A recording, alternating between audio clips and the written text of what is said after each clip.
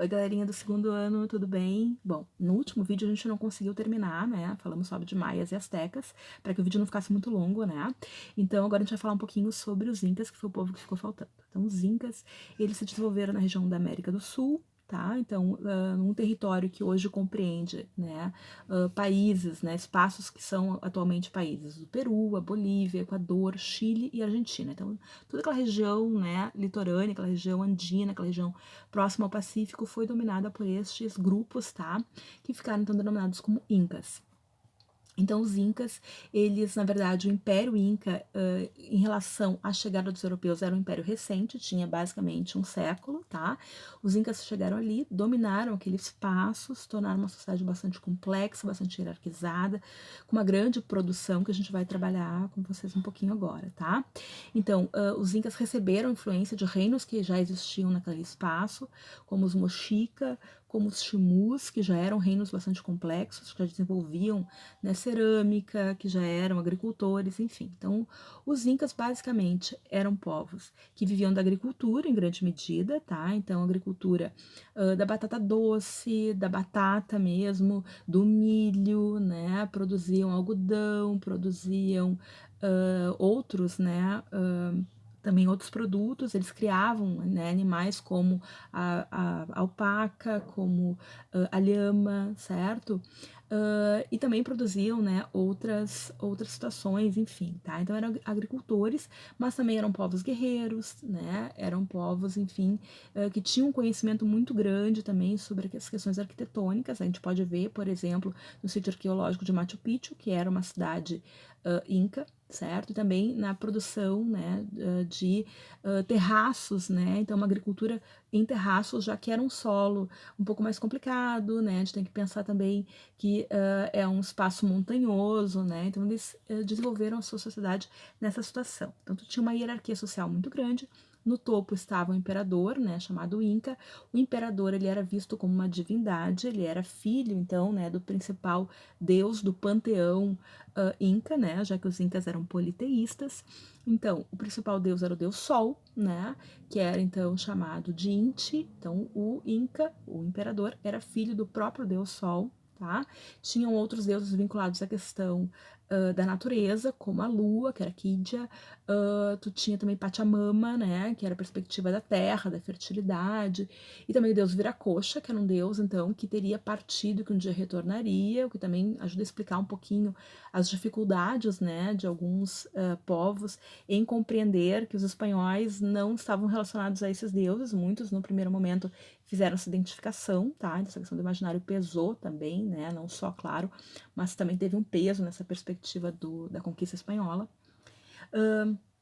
Então, lá no topo da pirâmide social, a gente tem o imperador, depois a gente tem, né, os sacerdotes, né, os grandes chefes militares, a nobreza, os guerreiros, né? Depois temos ali os funcionários do Estado. Nós temos uma série, então, de grupos, né?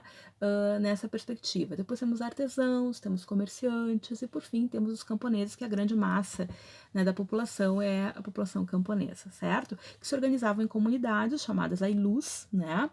Que tinham uma chefia, que eram os curacas, geralmente eram, né, a chefia escolhida pelas suas habilidades guerreiras, né? Os Incas, então, eles construíram grandes estradas, exatamente porque era um território muito vasto.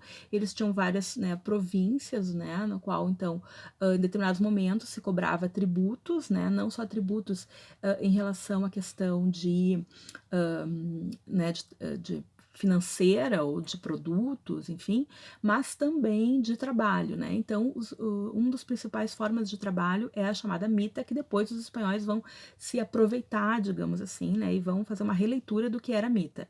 O que era a mita? Então, era uma forma de trabalho compulsório, uma forma de trabalho de revezamento, no qual, em determinado período, parte daquela ailu, né, indicada pelo curaca, iria, então, né, trabalhar nas obras públicas, nas obras do imperador, certo? Então, eles iam lá, prestavam esse serviço, retornavam, depois ia o outro grupo. Essa era a ideia da mita, mas, claro, de uma forma respeitando, digamos assim, a realidade daquela aldeia, né, no sentido de não despovoá-la completamente, certo? Bom, então, a gente tinha essas formas de relação de trabalho, tá? Nós tínhamos, então, também em relação aos incas, que eles não desenvolveram escrita, tá? Então, eram povos ágrafos. Eram grandes tecelões, tá? Então, eles utilizavam a lã desses animais que eles criavam, né? Para fazer, né? Enfim, né? Lã, e, né? Tecidos, enfim, eram grandes tecelões. A língua que eles falavam é chamada Quechua, que até hoje é uma língua falada na região, certo? Os incas, então, eles deram toda essa contribuição, digamos assim, né, cultural, enfim, para esse espaço, né, e acabaram, então, sendo dominados, né, na chegada dos espanhóis por Francisco Pizarro e suas tropas, né, que eram, na verdade, bastante pequenas comparado com o número de pessoas que eram comandadas pelo Atahualpa. Porém, Pizarro se aproveitou de várias situações, como, por exemplo, a questão da guerra civil que aconteceu entre os incas.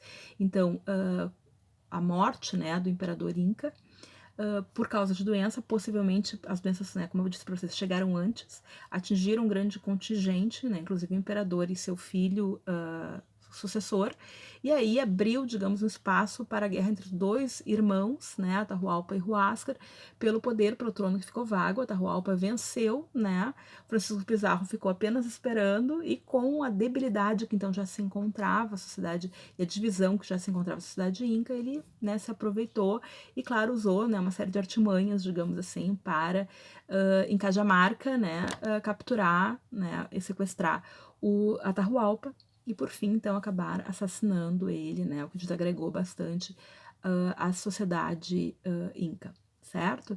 Então, acredito que seja basicamente esses os principais informações, né, sobre os incas, né, que desenvolveram um império, assim como os astecas, né? Lembrando que o império é o quê? Significa o domínio de outros povos, certo? O que também foi aproveitado pelos espanhóis, então utilizaram digamos, essa situação, né, de subjugação desses povos, dizendo, olha, né, nós podemos auxiliar vocês a se libertarem, etc, né? Então, isso é um ponto também importante, essas alianças, certo, que foram feitas.